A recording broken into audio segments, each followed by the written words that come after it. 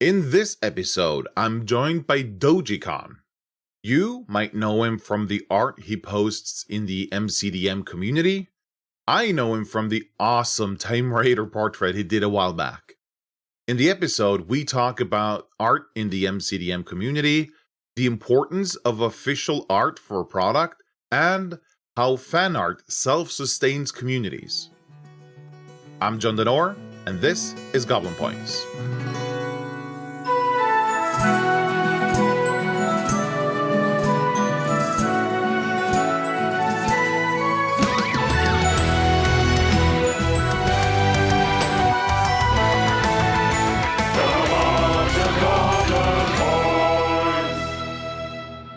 Welcome to Goblin Points, Dojikaan.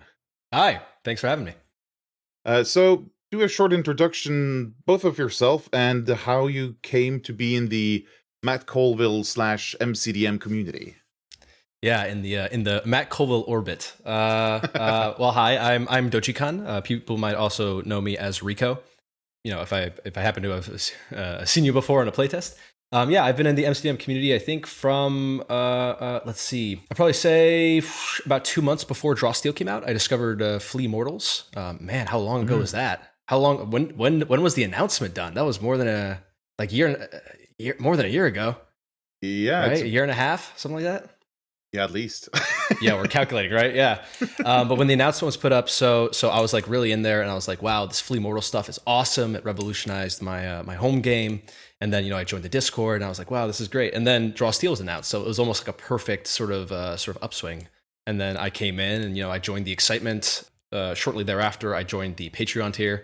I'm one of those rare few who is fortunate enough to have both backed the main product and have joined the Patreon because we got to have those physical books. Yeah. So yeah. There's I feel like this should be a special membership club of like, yeah, man. We're down bad. We're down bad for this MCDM stuff. I first became aware of you when I distinctly remember this one piece of Time Raider art you did. And I think it was for a portrait for one of your players in your game, I think.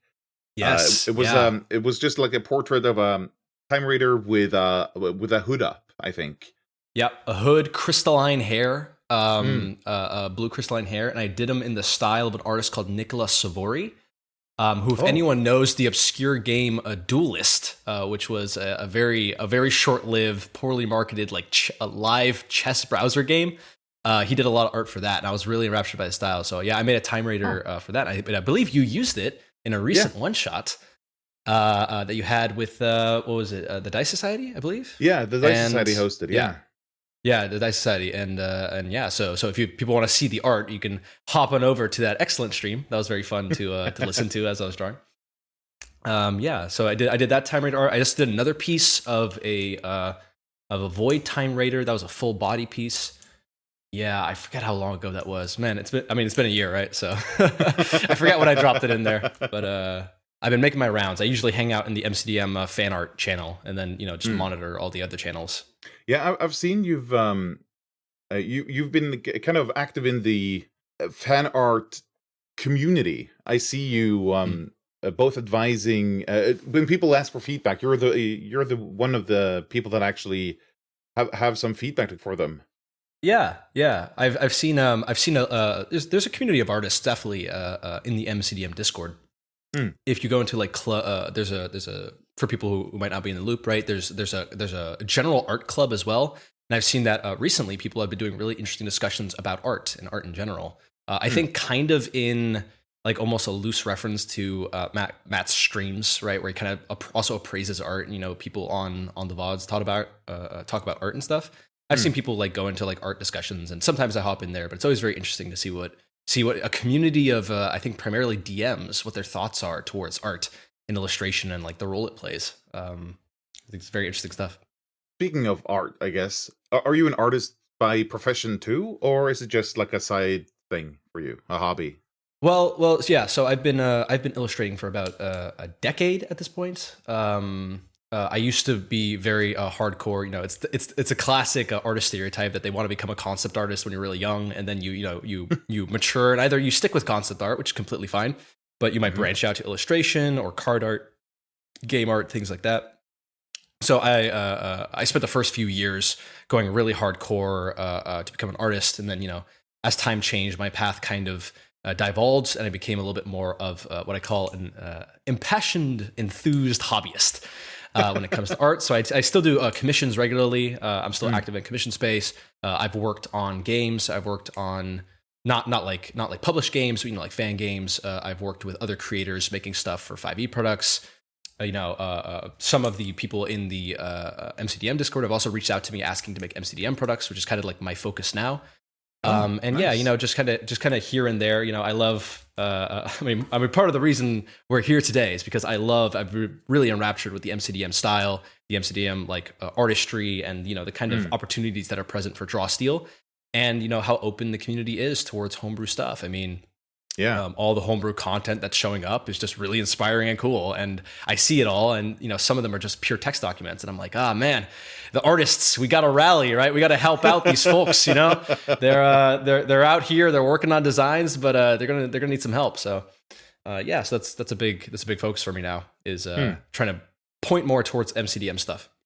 I get the feeling that that MCDM has a very this is coming from a person who I can appreciate art, but I don't know anything about it. Neither techniques nor history, basically. But it feels to me, at least the way, a bit how Matt talks about MCDM's kind of, I don't know what to call it even, not art style, but more like art direction, I think. Sure. Yeah, both of those would work, I think.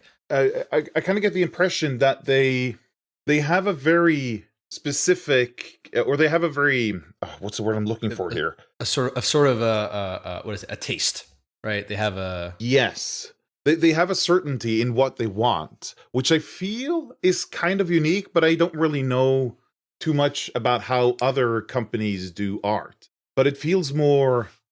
Well, I think John, if I may interrupt you, I think you're struggling to define this actually showcases exactly what you're talking about, right? That what is the reasoning for art? It is because it is what you're talking about is you're talking about something undefinable.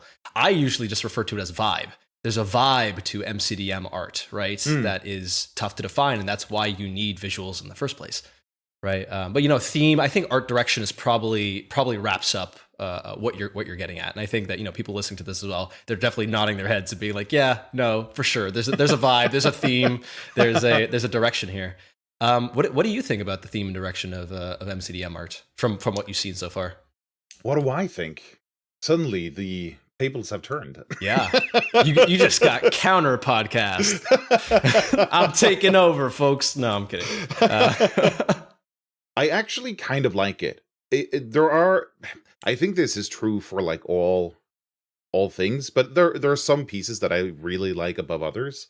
I just remember the first cover art that really kind of just grabbed my attention was the Where Evil Lives cover art. Yeah, it was just something about pyramid. That image. It just that's the one I like. Mm-hmm. Yeah, big pyramid, dual sphinxes. I think there's a party of 3 standing or walking up the steps. Yeah, that's a classic. Yeah, there was just something about it. The other ones I can kind of appreciate them, but that one just I don't know. It just captured my attention like no other of their published works have done. Yeah, well, it's interesting you say that because I think that I was kind of looking over for reference. If anyone's listening to this in the future, recently there was a really big art drop. In the Patreon for MCDM. So a lot of art came out of the War Dogs, which is one of MCDM's, kind of bespoke villain factions, you could say. Yeah. And, of a Thorn Dragon and some, I would call them iconic villains, right? So iconic Dragonborn villain, iconic High Elf villain. Yeah. So those are kind of on, have just been dropped into the community. So, I think there's a little bit of a talk going on about them. To me, when I saw that, it really solidified. I was like, oh, I get it. The MCDM design principle of no oatmeal is carrying over to the art style. And I think this was kind of true in Fleet Mortals, where, for example, when I was looking at these designs, just like with their design, right? They said some of these parts of this game you're going to like, some of those parts of your game you're not going to like. And I think that's very true for the art as well, right? You know, you look at it and you're like, I like this, but I kind of don't like that, right? You're like, oh, I like the way they did these races, but I don't like the way they did the other races. And, you know, I think in the same, you know, you were saying that, I like art, but I don't know how to like intellectualize the way I feel about it. Yeah. The secret is, as with all art, is that you don't need to, right? You know, you're just like Matt says, right? You're free to like it or you're free to dislike it. What's most important is you have an opinion, right? Yeah. So, you know, like on the new War Dogs, to me, when I saw them, the first thing I had in my head was, oh, I see exactly what they're going for. I can tell that MCDM loves these War Dogs. These are not the way that I would do them, and I'm probably going to design my own. Right. But it's the same thing with the design, right? You know, like if you don't like the negotiation system, you don't have to use it. At least that's my sort of take on how they're approaching art. And, you know, it's refreshing. I mean, we've come in for I think a lot of people have come for the way MCDM designs its game. But in the same vein, you know, the way MCDM directs its art has a lot of those same bones, at least in my opinion. I'm really curious how like the broader TTRPG community is going to receive a lot of the art or the visual style of a lot of the different like races or species or just like ancestries in the book, especially considering like I do a lot of research about what other people talk about when they talk about MCDM, and I saw someone looking through like their ancestries, and they're like, okay, they've got like the halflings, they're just called polders. They've got the high elves, they're called high elves. They've got wood elves, they're called wood elves. But that's just based on like the text document. And I'm really wondering what people will think when they see the weird dwarves, the weird wood elves. The much fabled dark elves or the shadow elves, right? Even those, which also have a very different and very distinct kind of look. And I'm really interested to see how people are, because I think there's like two different kind of camps that will grow out of it, which is either they like that it's different and that it's kind of a new take, or they're just gonna think that, oh, it's different because they just want to be different, like it's different for different sake. Yeah, well, that's yeah. I mean, well, we've already seen that a little bit, right? Because, you know, I think that like their instantiation of how they're doing orcs and how they're doing goblins, right? If you look at the designs and things like Flea Mortals, I mean, it harkens back. I think recently there was also, again, if people are listening to the future, there was recently a stream with Jason Hasenauer, which is the art lead for MCDM, and he was referring to how, you know, the orcs for MCDM are kind of very loosely inspired by Klingons from Star Trek. And actually, I had one of the first pieces I made for MCDM was of a character I called Drivne Ruskavar, who was the alleged daughter of Doma Ruskavar from Flea Mortals. Yes. And you know, I remember when I posted it on Reddit at large, which I think is always a bad idea. You should never post on Reddit at large or period. No, I'm kidding. Of course, you know, I was young, you know, it was a year ago. No, I'm kidding.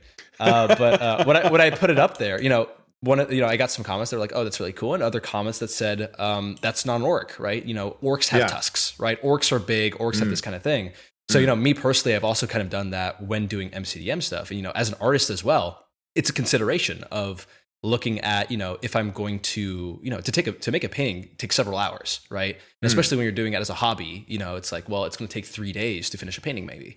And when you're considering like, this is not really the case for me because I'm not financially dependent on my art. I'm fortunate enough to, you know, have enough free time to invest in this outside of that. Yeah. But you know, for people who are, they have to consider these greater sort of things at play. And that's why you get a lot of art that is a little bit more generalized, right? You know, we're talking about Warcraft orcs, right? Because they need to make stuff that might be able to, you know, bridge over gaps where, you know, if they're looking for commissions, they want to appeal to multiple communities at once. And that's, I think, going to be significantly harder for fan artists and artists for MCDM. But I don't think it's too much of a problem because in the same vein that you could be like, oh, generalist art for one thing, having very specific art, having artists who are good at the MCDM style, at doing this kind of thing is only going to make the community stronger. Like for me, it's less a question of, okay, well, when I draw, and for example, right, this is the thought I had. I was like, do I want to draw like redesign my MCDM orcs to be like standard orcs, or do I want to take this on its own terms and work with the design features that exist here, right? The benefits and the drawbacks. And I opted for the second because, first of all, I like the design, I like the new take, and good art will transcend those boundaries, right? People, at the end of the day, art is about the characters, right? And and showing these kind of quiet moments, and the more art there exists for, the more we support them as artists, in my mind, right? Like artists in the community, the more we support them by drawing that kind of stuff, the more we normalize things like that. Though again, I don't think it's going to be too much of a problem because just like with D&D, right? D&D has a specific art style. Most people ignore that, just taking their own pictures from Google Images and putting them on for their campaigns and such. So yeah, that's true. What I will say is that I think that is one of those things that fan artists can really contribute to a community. Is that for example, let's talk about the MCDM dwarves. Right. To me personally, I remember back in the day, right, when there wasn't any art yet, there was a talk of them being like silico organic hybrids. Right. So in my head, I was like, okay, Hakan are stone and dwarves are metal. And then so in the recent art drop, the dwarves definitely have a little bit of a 70s, 80s aesthetic to them. Right. There's a little bit of that vibe where, I don't think MCDM or the folks at MCDM hide this. They take it in stride, which is completely fair and okay. It's a very defined style. Yeah. To me, I personally would like to play with different themes, and I think there's other people in the community who would look at those dwarves and say, well, that's not how I see dwarves. I just can't square the circle, right? To me, dwarves, for example, have like hair, or they have softer skin, or again, we don't know too much about dwarves yet, but for me. I have half a mind to just say, okay, well, I want to make my own instantiation of dwarves, and they're going to be draw steel in every way, except I'm going to invent my own take on it. And, that's one of those things where, we see it in video games, right? We see reskinning. If you want to play a certain character in like, a game like League of Legends, but you don't like their skin, you don't like the visuals of them, you can change it, right? You can reskin it into something else. And, that is encouraged in the MCDM community, right? Like, do whatever you want with your elves, do whatever you want. Like, you can cut entire ancestries out the games. You can add new ones, right? Homebrew is very encouraged here. But having support for different designs as well, different visual takes on the game, I think is something that's only going to heighten the community. Because it also heightens other communities, Like, there are Warcraft artists who don't draw Warcraft characters with the massive pauldrons like in game. Like in game, like the armor has a very specific style, and there are people who don't prefer that and like a more realistic take, and there are artists who support that fantasy, right? And so it almost makes it a little bit more of an inclusive community when these divisive decisions are taken, right? So if MCDM says we're going for a very specific art direction and style, in the same way it unites people, it also, draws line for other people being like, well, I don't like that. And, fan art and stuff like that can bridge that gap, right? You could make draw steel dwarves, like you can make like typical orcs hanging out with a classic MCDM woad elves to help bring more people in and make more people feel comfortable with different visual styles. That was very rambly. I warned John before this talk that I would and could ramble for long periods of time, but yeah. When the backer packet dropped, as part of the creator license, they made the character designs freely available, but not the specific the specific art in the packet or in and it won't be in the books either. Is that significant that they make it available to everyone to use their kind of design direction or character designs? Yeah, I actually have to double check and review this. So from what I understand, right, the illustrations are not to be reused, right? The illustrations still have full protections, but you're talking about the design specifically, right? Like the way they did war dogs basically and stuff like that. Yeah. Or depictions of them. Is it significant? Will that enable any kind of art that you wouldn't be able to do with, for example, D&D or some other kind of intellectual property? Yeah, I see what you're saying. I'm not sure it has too big of an effect. I understand the decision on that from the point of view of an artist. I think Matt also said, that was one of those things where he brought in the artist and he said, "What do you guys think?" And in my mind, in this era of AI, right? It's, to me, I see it as like, not using the strict illustrations as a protection of intellectual property. I personally, I'm like, that completely makes sense. That's completely fine, and most artists agree. I mean, even before AI was ever a thing, protection of illustrations, at least for self-promotion, making sure that other people couldn't use your illustrations somewhere else was always a very standard sort of practice. Except of course, when you're working for a company, in which case you agreed beforehand to sign over those illustrations to a company, right? But if you made your own piece and then somebody else used it for their, let's say their 5e product online, that would be something to reach out to them about, right? That's very standard. In terms of how it affects, I think, artists contributing to this community moving forward, I think it actually kind of opens up the space, right? What it does is it creates a little bit of I think it defends MCDM style. I personally think that, MCDM has already given us a lot of concessions in terms of how much we can interact with the game, in terms of like taking the design, implementing on it, already being allowed to homebrew before the game is done. Like that's pretty incredible, right? And I think we all appreciate that as creators, right? Being able to have a podcast about the unfinished game and not being discouraged to do it, right? Stuff like that is I think we all smile towards that. To me, people always want to have, in my experience with art, people always want to have their own unique takes on things. So let's say there was a world where MCDM like released a certain amount of art that could be used by, fan creators and paid products. I still think people would want to have bespoke illustrations of their own work, of their own stuff, because the purpose of illustration is to sell fantasies. And I don't mean that in like a capitalistic way, but I mean that in like but I mean it like in an appeal to your fantasy. The illustration is one of the fastest ways to do that.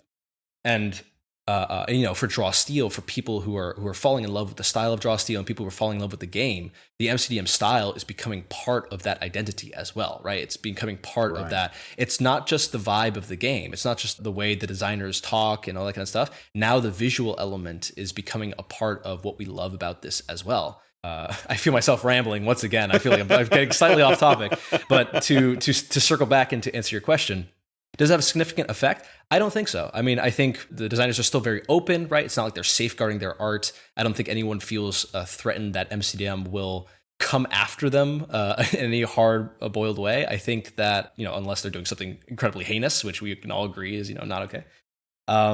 From what I've seen as an artist, maybe this is a little bit more insightful. From what I've seen as an artist, I've felt only encouragement from MCDM to make my own takes on things, make my own, versions of Woad Elves, to give my Time Raiders crystalline hair, even though I'm not sure if that's technically canon or not. I like it. I think it's cool. Again, I have half a mind to redesign my dwarves in a traditional way. I designed dwarves way before we saw the current dwarf design, and to me, I'm just like, well, I have a mind to make a line of dwarves that are more like, you can say quote unquote traditional fantasy dwarves, just so that people have that option available, right? And they'll look like the dwarves as we've seen them in the playtest packets, with their specific abilities and stuff, right? To help people who want to have that fantasy. Because to me, it's about I legitimately want to give to this community. This is one of the first communities that I felt a really strong connection to. And I legitimately just want to post things that people can use in their games, right? When you reached out to me to use that icon, a thought never crossed my mind of like, no.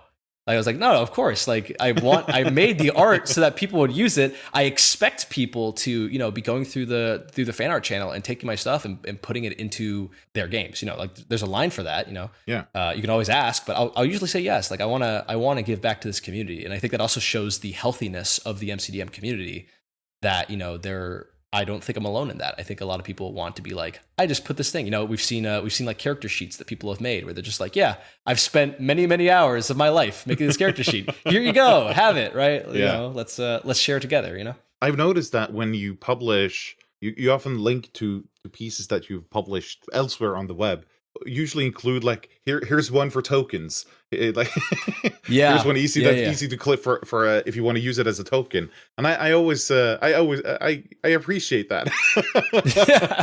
Well, I think there's why gatekeep it. If people are going to try to do it anyways, then I'm like, yeah, why not? I got Photoshop, so it's easier for me than for you. Fair. That's kind of the idea. I have been using the specific Time Raider art. I've been using that almost since you published it or posted it in the Discord. Mm-hmm. I always play Time Raiders whenever I play Draw Steel when I test it. Yeah, because so they're cool. I always just send them that they got 4 arms. Yeah.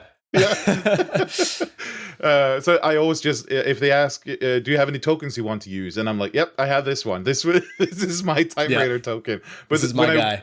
Yeah. when I was playing with the Dice Society et al. And it was going to be recorded and published, I actually just wanted to check first, because now I'm starting. Now it's redistribution basically. Yeah, I just wanted to make sure with you. Yeah, it's always appreciated. You know, most artists are friendly, most artists are nice. just like with anyone else. You know, I've reached out to people on the Discord just being like, hey, that was a really insightful thing you did, or like, hey, that was a really nice thing. And you know, most people are nice if you reach out to them. Yeah. But I've been very happy to see the new art that has been kind of showing up in the Discord, seeing new artists come in, you know, like every day, posting their own things, their own sketches, their own visualizations. I think it really adds something, and especially when we get to you know, moments like now where the team is very busy, you know, and we're not able to get content from the top up. As they say, right? You know, or get conversation topics from the top up, or like new developments. To me, fan art is just one of those things that get people talking. Like one of the things I did before, and one of the things I want to get back to is going into the Discord and just posting. I'd usually do it in the fan art channel, but I'd post like, hey, you know, vote on what the next illustration is going to be, because I'm going to be sketching anyways, because, you know, I warm up every day and I'm like, oh, it doesn't matter what I draw. But and I put in, I was like, oh, okay, vote with an emoji, vote A for Time Raider, B for Dwarf, and C for Human. And then like I did like kits, and then I did like classes. And then from that, you get really cool inspired stuff that the community kind of worked together to make. And it's stuff like that, right? Like where we're, when we are in a lull, the things that the community is making is what continues the conversation going. It keeps the community to self-sustain itself long afterwards. And, you know, you see communities online as well where the devs are not as open or not as communicative with their community, and they're still able to self-sustain just because there's almost a cycle of creators making content and people wanting to talk about it, right? Keep the conversation going, keep the ball rolling. I really enjoyed those polls you did. I did vote for the Time Raiders, you see. A nice side out. Hey, the secret is, right, that I'm kind of like, oh, I don't care what the options are, but that's the secret, John. I'm the one who wrote in the options in the first place. I put the Time Raider right there, and I put him, you know, I put him as the A slot. But I think it's an interesting thought, though, with art as almost like a conversation prompt for the community. Because I think being presented just like an image or some kind of picture or drawing is so the level of engagement required to actually you just need to look, and you kind of get like you're prompted to say something, at least if you see some comments about it right below it. Compare that to like 3 paragraphs of text. That's a big commitment. I'm not gonna I'm just gonna scroll past that one, but just having like an intriguing piece of art and then some people are commenting about it, and I haven't thought of that before, but it makes sense. Yeah, well, it's you know, it's like with anything else, right? I think it's what we talked about before, right? It's a new way of seeing things. It's a new way of kind of holding up a mirror to the community. Be like, what do we think, right? Having opinions on art, and fan art can just broaden that. I remember very early on, before there was an art direction, right? When dwarves were first announced, there were a few artists in the Discord making different iterations for what dwarven hair and hairstyling could look like. I was, and I remember I posted was it a dwarf revenant with like a blaster kit or something like that? Remember when sorcerer kits were still a thing? Yeah, that was good times. Or caster kits are still a thing. And I remember like a lot of people were like, whoa, I never considered that a dwarf with like an axe in its head looks incredible. It looks super cool. And it's stuff like that where all of a sudden people are inspired and re-inspired by the art. And, you know, I think, you know, MCDM agrees by how much money they spend on art, where they're just like, you know, the art is going to inspire people to do more cool stuff and see it in their heads better and imagine more. Do you think art is underappreciated in this is coming straight out of the blue, but for listeners, do you think art is underappreciated in the, let's call it the TTRPG communities? An all TTRPG community? That's a good question. The reason why I'm asking, or maybe in D&D specifically, because MCDM, or rather D&D Beyond, recently released the MCDM Illrigger on D&D Beyond, and I've seen a lot of people comment on the price, which is $15, which is, to be fair, a steep price for a custom class and a few magic items and spells. That's fair. And I've seen some people kind of try to explain why is it so expensive. Part of it is the art and all of the art in the the resources, the digital resources. Yeah, that kind of stuff. And they mentioned that, well, they pay artists well. I have to take MCDM at the word. I think that's I do believe them, but I haven't verified this. But they pay artists well, and that's part of the reason why their stuff is a bit more expensive, because they've actually spent a lot of both time and money on making the art really good, which I agree with. It feels like it's not a valid response to a lot of people that it's like, well, just remove the art and give it for me for cheaper. Yeah. I think, well, I mean, to me, I think with regards to the D&D Beyond stuff, I actually hadn't heard about that. I can see that being the case, right? Because of course, there's always people who say, I'm going to use my own art assets anyways. I paid for packs with other things. Just give me the design. Can I get a discount on it, right? I mean, there's people who walk into car stores asking for just the tires. You know what I mean? Like that's always. I think that's always the case. I don't think it's undervalued. I think it's actually it's one of those places where art is some of the most valued things in this world, because if you think about a TTRPG setting, you're across a table and you're looking at a bunch of your friends across the table and a grid or something like that, or online, and between you have to share an imagination, and that imagination is visual in nature for most people, right? Like when you see the scenes playing out in your head, they're cool because you see it in your head, right? Like a movie, right? What draws a lot of people, especially to draw steel, is the cinematic aspect of it. I think, right? That's what draws me as an artist and as a DM. I love illustrating those scenes and talking about what it looks like when they do this or do that or improvise or, those kind of things. It's one of the reasons why some people prefer online VTTs, is the ability to imbue the session with art. So of many communities, I'd say that the TTRPG community is big on art. And when people invest in their games, they'll invest in the visuals in some way or another, right? Because, if you expand the definition of art from just illustrations, minis are a form of art, right? They're a visual aid, right? They facilitate a fantasy, right? Having a good mini, having a well-painted mini, right? Some people drop hundreds of euros on those things. Online, people will go onto Patreons and, subscribe to art packs or spend a lot of time on Google, hours and hours on Google finding perfect mini for this one NPC that they need, right?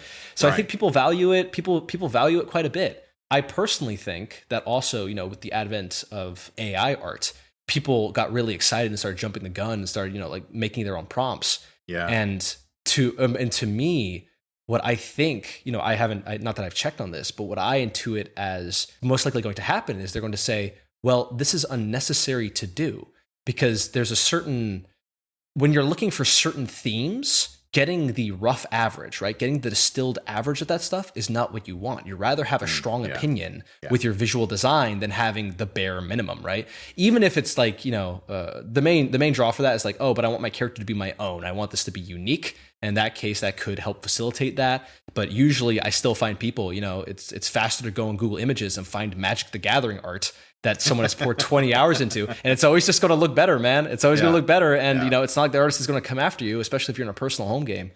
And I mean, you also see it with online products, right? Things that have art on like, Reddit or, people selling homebrew stuff. If you have bespoke art attached to that product, it sells better, right? Because what it does is it communicates the fantasy better. It's not because the art tricks people or anything. It says, well, here's the design.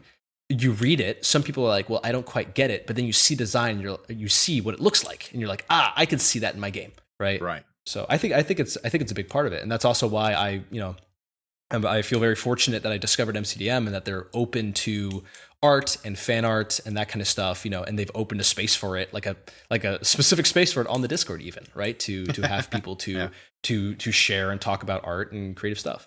That sells me even more on Matt's statement that the visuals in the finished books, both the Heroes book and the Monsters book, will help sell people on the game. Yep. I've heard him say that multiple times, and I've never really been convinced until now.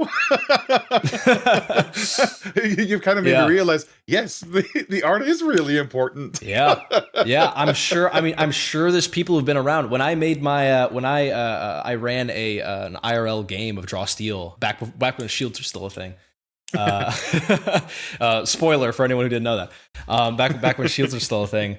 And one of the most important things I did was try to find art assets for all the things, right? All the careers. I found like just like a picture of a carpenter or a laborer or stuff like that because I had tried it before with one of my other friends who was, one of my first DMs, right? He was used to this kind of very, very wordy, texty stuff. Yeah. And to him, it was harder to sell the fantasies when you have to read through it. But if you just see pictures, you're like, this appeals to me. This draws me towards it. Yeah. Right? A picture speaks 1,000 words.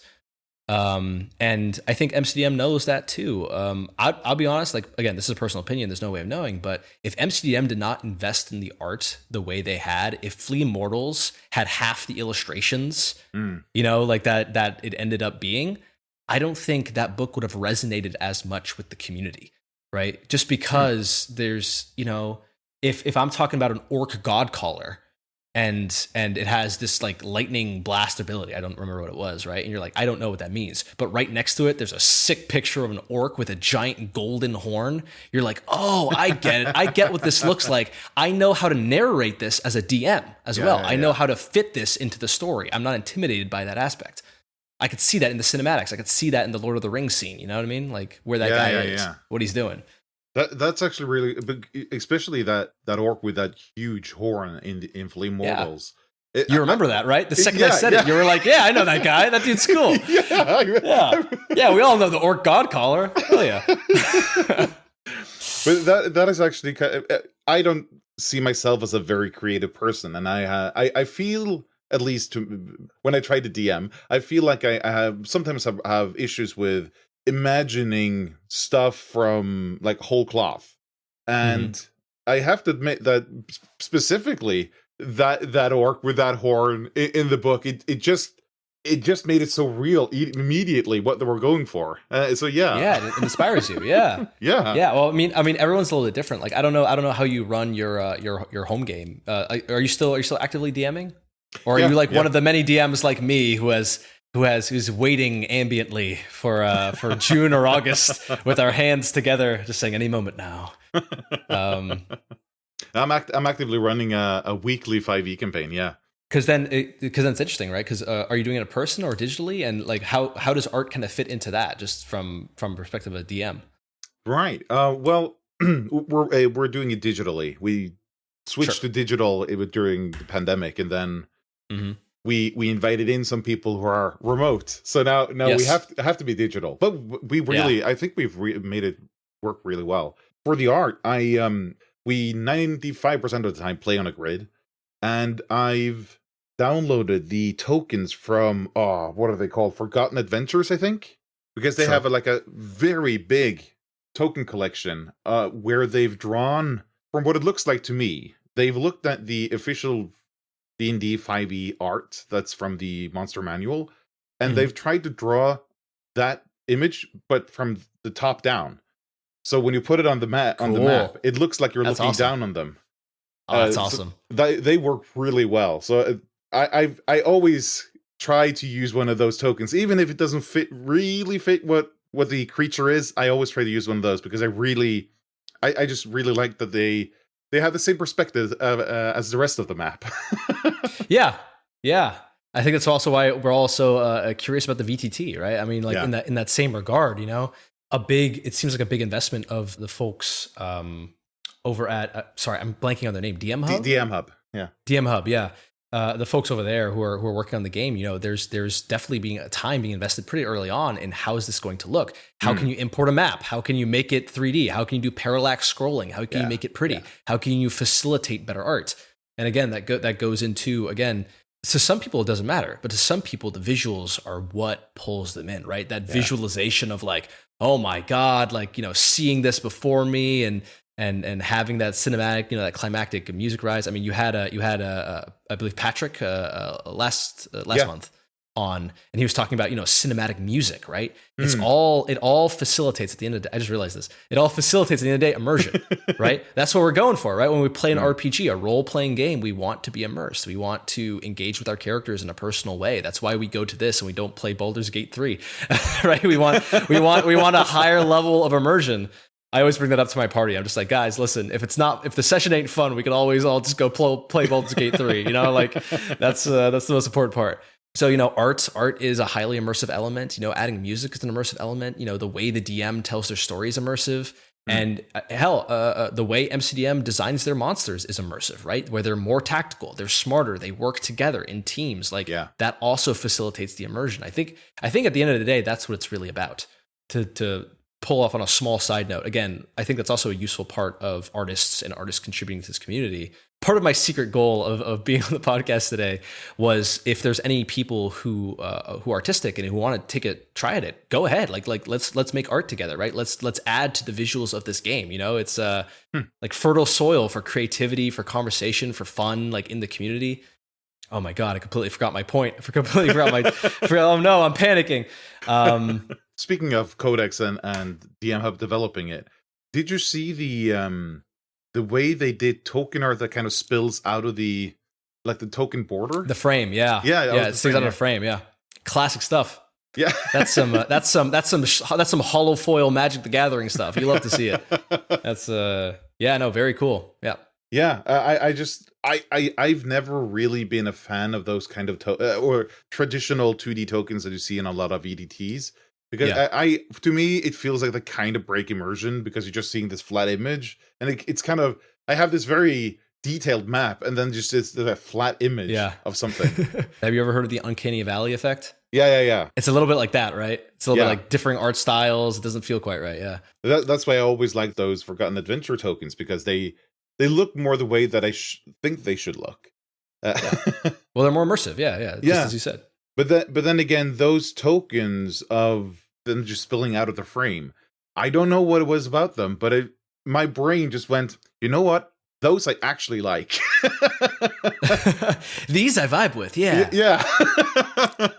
I found it interesting because they sometimes spill over like outside the square they're in. So the artwork might be slightly bigger than the square it's supposed to be within the bounds. Yeah. Yeah, and I didn't mind that at all. I was just like, no, this looks so cool. Yeah.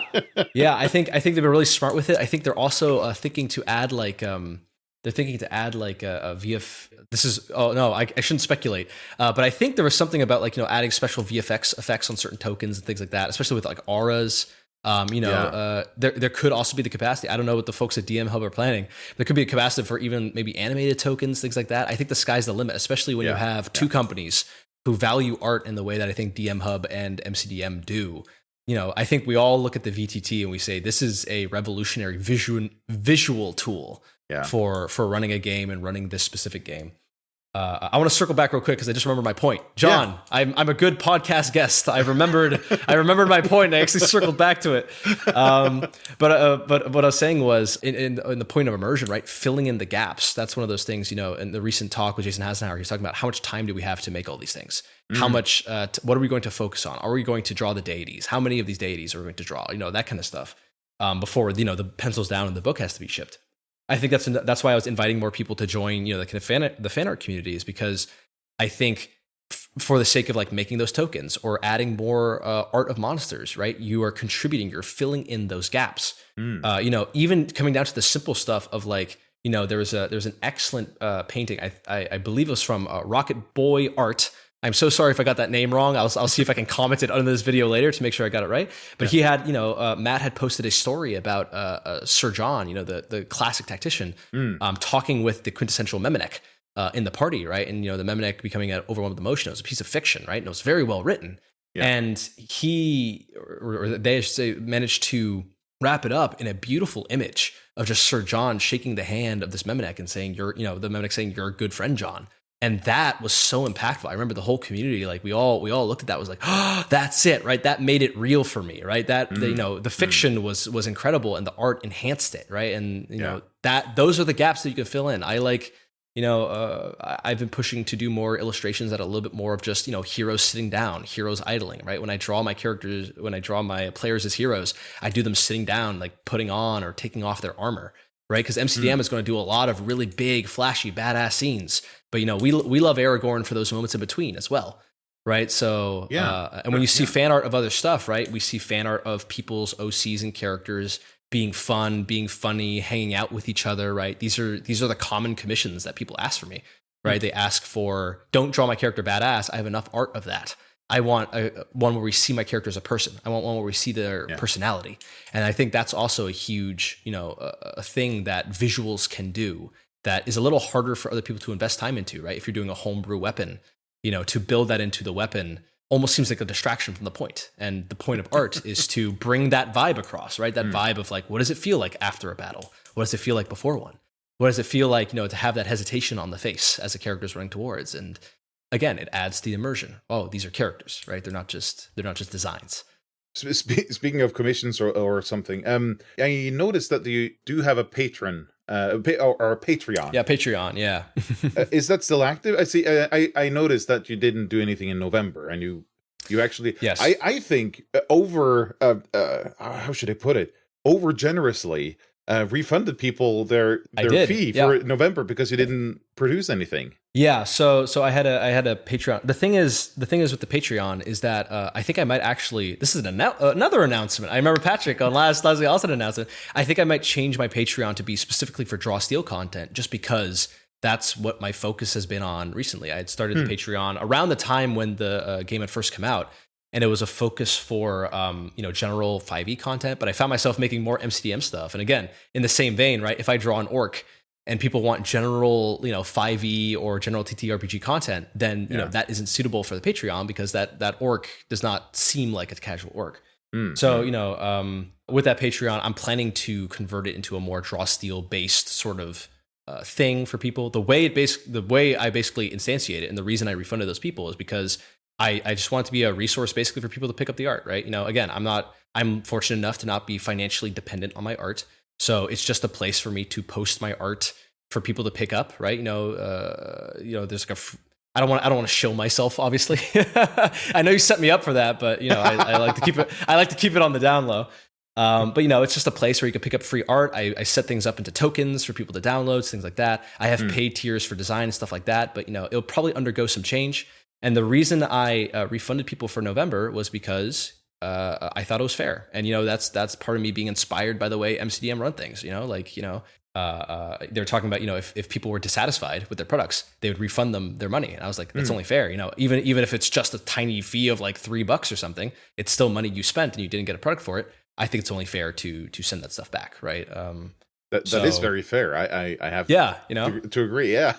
Yeah, I'm like, hey, it's $3 of your money, go buy coffee with it and reconsider unsubscribing for the Patreon of a guy who can't get an illustration out. But yeah, So hopefully I can turn that to a Draw Steel thing, and so I can just keep focusing my energies towards this game, because I think like me, like a lot of other community creators, we all believe in this game, right? And we want to help facilitate this community into making this a game that people, like Matt says, people play for not just once, they play for 2 or 3 years, and hopefully longer, ever onwards, right? And I love being part of this community. It's great. I always ask my guests if they have a recommendation of some sort. It might be basically anything under the sun that they want other people to kind of discover, or they want them to experience it. So do you have anything that you want to point listeners to that you think they really should check out? Yeah. I considered this question. And I was thinking about the different things and the different various things. And I was thinking about also the community and how many different types of people we have. But then I thought, this idea of that DMs are creatives through and through, right? You said you're not a creative person, but I don't believe it for a second. If you make a podcast, I mean, that is a creative endeavor. I hate to break it to you, John. But like DMs, we like finding art. We like, investing in music, investing in these different things. So I'd say the main thing I'd say for people to check out is I personally like learning things. I like learning languages. I like learning, about fitness. I like learning about a bunch of stuff. So, as my call to action at the end of this podcast, I'd say, go out, strive out into the world and try to build out a basis in understanding all the different forms of art that you might be able to weave into your game. I found it to only be valuable. So like, you can learn the basics of drawing so that, when you draw a table, it doesn't look terrible in your VTT of choice. But like the basics of perspective, the basics of, vibe and art direction, right? Define what kind of style you like. There's a website called ArtStation. You can go into that website and just look around and just define like, okay, I like this, I don't like that, right? Get that down. Learn the basics of music theory. Things like that, just so that when you're listening to songs, you can appreciate the art better, right? Learn the basics of acting, learn the basics of how to sing, right? How to hold a tone. Learn, and then feed those things back into your game, because I think as DMs, some DMs get into it for lore, some DMs get into it for story, but everyone has something to learn by looking into different creative professions and feeding it back into our hobby, into this thing we love, right? This role-playing game. It only enriches your life to learn at least the very basics. And it doesn't take much longer than like a Duolingo lesson. I think Duolingo actually has a music course now, so you've got no excuse. You've got no excuse, dear listener. Learn how to play Mary Had a Little Lamb on piano. Yeah. I think that's what I recommend. Thank you so much for coming on. I really appreciate the conversation that we had, and it kind of went not exactly where I necessarily expected, but I really like a lot of the insights you've brought, and even made me rethink Matt's comments about how important the art is. So it's been very rewarding for me, at least. Well, I appreciate being on. Yeah, I'm a little rambly as a person, right? I'm a little bit of a ball of nerves, as most artists are. But what I would say is, if there's anyone who's listening who's like, oh, that's an interesting point, stuff like that, feel free to reach out to me in the Discord. I love talking about art. I've had people reach out to me about designs. Also, if you're listening to Goblin Points on YouTube, I can be at the time of release, I can be surveying the comments. If anyone has any questions about art or any more thoughts on this, I encourage conversations, right, in the Discord or in the YouTube comments or anything like that. I'll keep an eye out in case anybody has more things they want to talk about. I think just like every episode of Goblin Points usually is, another opportunity for people to discuss and talk about this game we all love. So yeah. Wow, fantastic. Once again, thank you so much for coming on. Of course. Thank you for having me. Again, thank you so much, Dojikaan, for coming on. As I mentioned, speaking with Dojikaan made me appreciate the importance of art even more. Both fan art as a part of the community, but also official art as a way to sell an idea or vision. If you want to be featured on Goblin Points or know of someone else who should be, leave a comment on YouTube or Spotify, or send me an email on tips@goblinpoints.com. Links to the MCDM Discord server, the subreddits for MCDM and Draw Steel, the YouTube channels of Matt and MCDM, the complete link section, and this script is in the show notes. It's also on goblinpoints.com. Next episode is on the 5th. That's the roundup episode for December. See you next time. Snackis.